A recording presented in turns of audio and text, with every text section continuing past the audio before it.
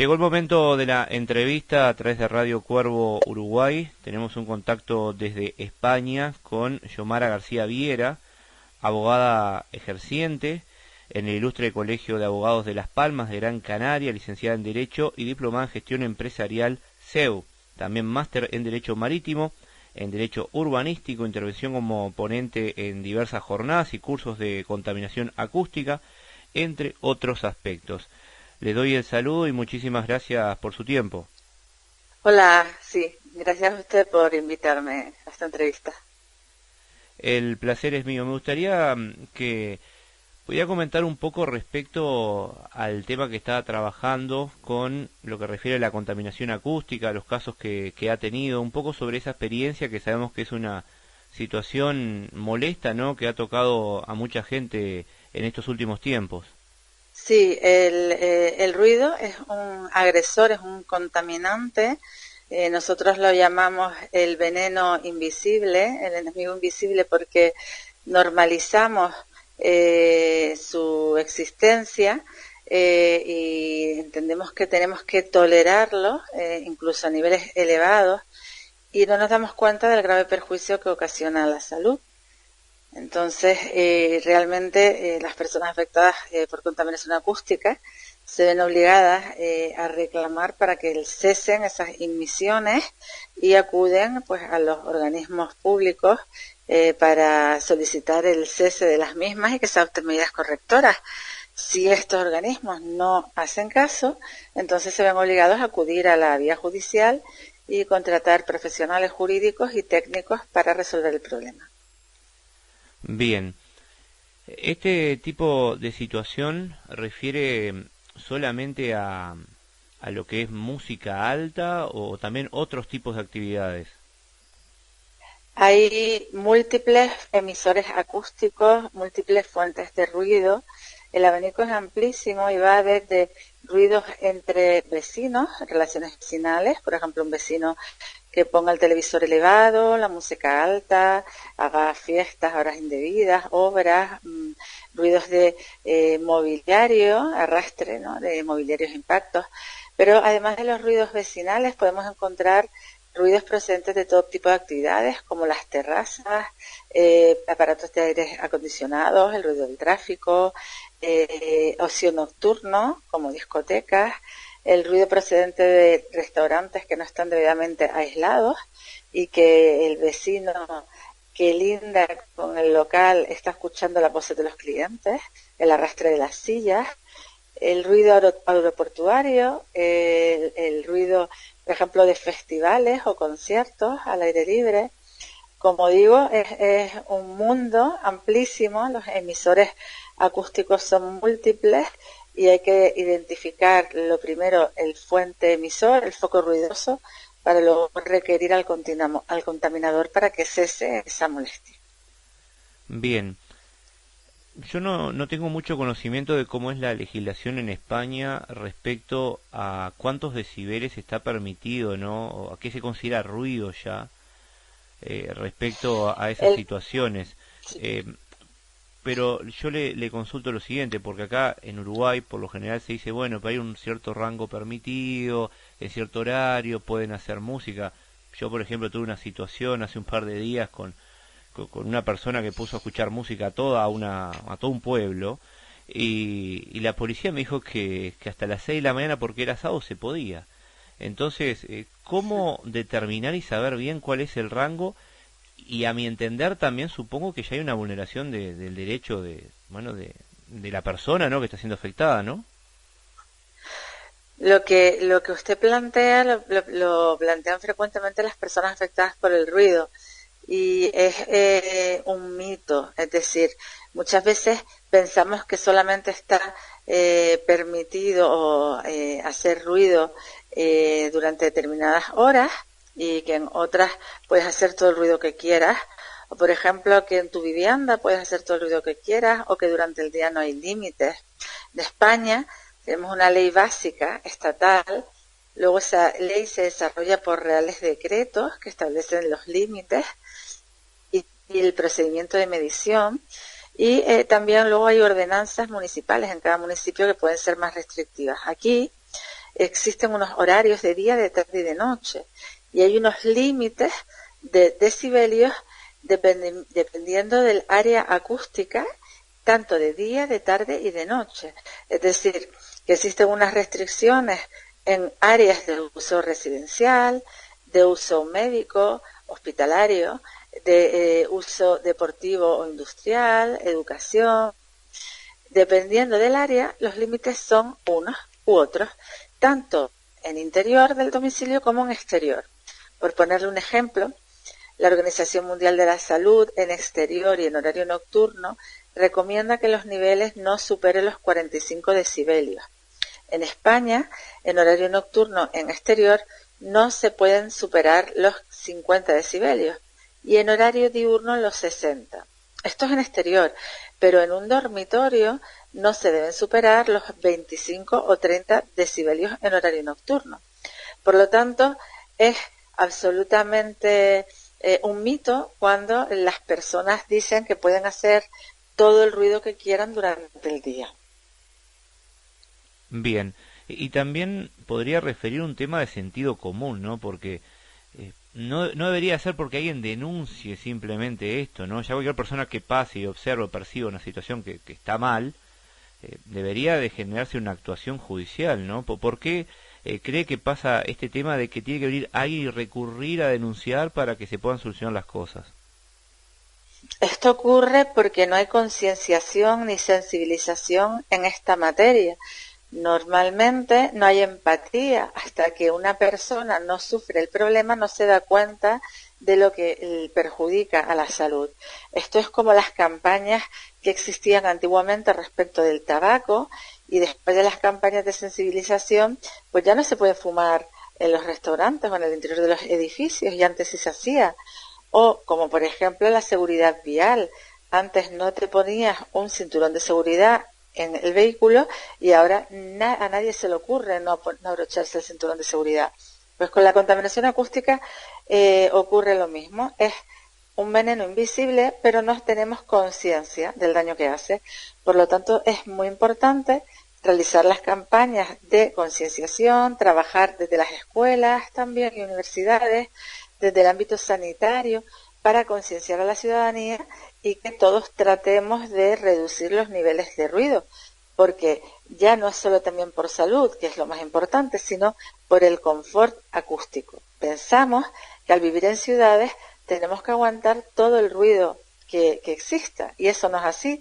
Tenemos que dirigirnos a tener un objetivo, que es poder vivir en ciudades más sostenibles y que sean que tengan un confort acústico, porque al final se reducen los costes sanitarios, los costes hospitalarios, el absentismo laboral y escolar, y todo eso redunda también en la economía. Pero, como digo, es frecuente encontrar personas que todavía tachen a las personas que reclaman por las molestias como personas especialmente sensibles, intolerantes, que no saben vivir en comunidad, o que son personas tiquismiquis o amargados, pero todo lo contrario, son personas que defienden su derecho a la salud y el derecho fundamental a la intimidad personal y la inviolabilidad del domicilio, el derecho a ser dejados en paz en nuestras viviendas. Bien, tengo dos preguntas para realizarle. La primera, ¿qué puede decirle a esos dueños de locales bailables que afirman que es difícil o imposible aislar el sonido, que es muy caro, que no tienen los recursos, y sobre todo cuando hacen eventos al aire libre? ¿Qué puede decirles a esas personas? Pues les diría que estamos en un conflicto, digamos, entre derechos diferentes: el derecho empresarial o el derecho al ocio frente al derecho a la intimidad personal, a la salud, a la inviolabilidad del domicilio. Y estos últimos derechos, si imagináramos una pirámide, están en la cúspide. Son de protección preferente, por lo tanto, no pueden ser perjudicados en beneficio del ánimo de lucro, de la actividad empresarial o del ocio. También les diría que hay actividades que son incompatibles con el uso residencial. en las que la distancia del foco ruidoso es la única solución posible. Actividades al aire libre, sin aislamientos, son muy contaminantes cerca de viviendas. Por lo tanto, hay que buscar emplazamientos más adecuados para desarrollar ese tipo de actividades. Bien, la segunda pregunta que tengo que realizarle, ¿qué tipo de daños ha constatado, tanto en humanos como en entornos animales y vegetales? Pues realmente hay daños de toda índole, daños físicos y psicológicos en los seres humanos, desde la pérdida de audición, hipoacusia, acúfenos, hasta depresión, ansiedad, problemas cardiovasculares, problemas a nivel digestivo. Tengas en cuenta que el cortisol, que es la hormona que se genera cuando tenemos una agresión, y el contaminante ruido es un agresor acústico, se dispara. Y eso hace que nuestro cuerpo se ponga en alerta continua.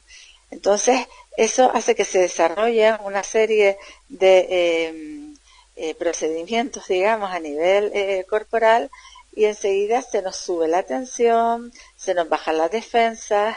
Todo eso al final entra en un círculo, en una dinámica que acaba causando graves enfermedades. De hecho, aquí el Instituto de Salud Carlos III en Madrid realizó una serie de estudios que relacionaban el ruido del tráfico con los ingresos hospitalarios urgentes en salud mental y con la muerte de 500 personas al año en Madrid.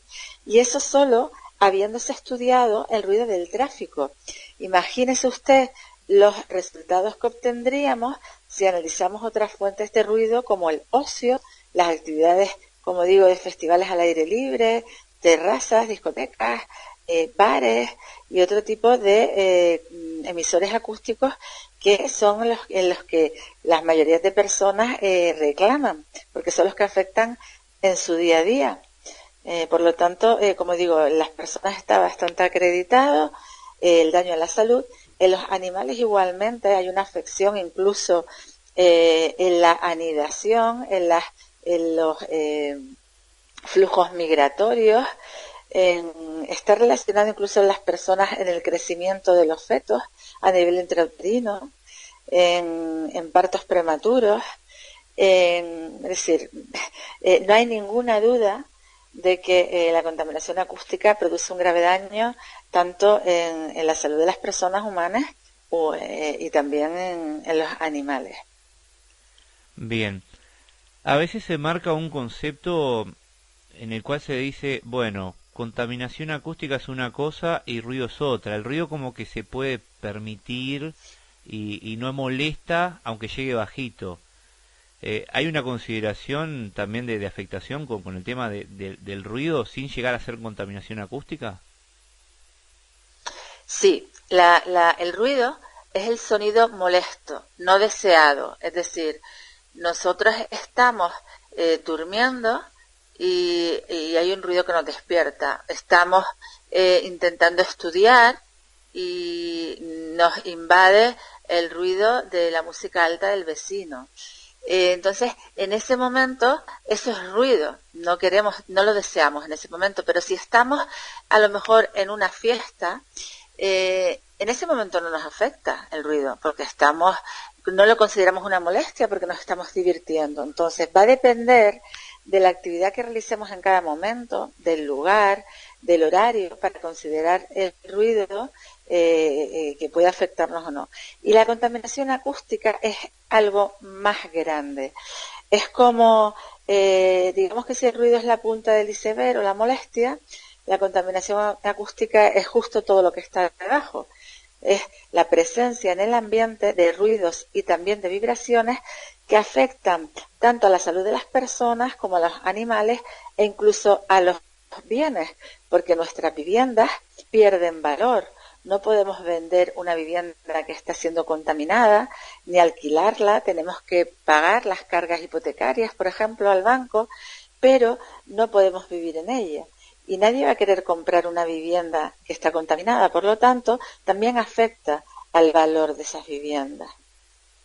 Bien, una premisa podría ser que tienen derecho al ocio, a divertirse, pero sin molestar y afectar a los demás.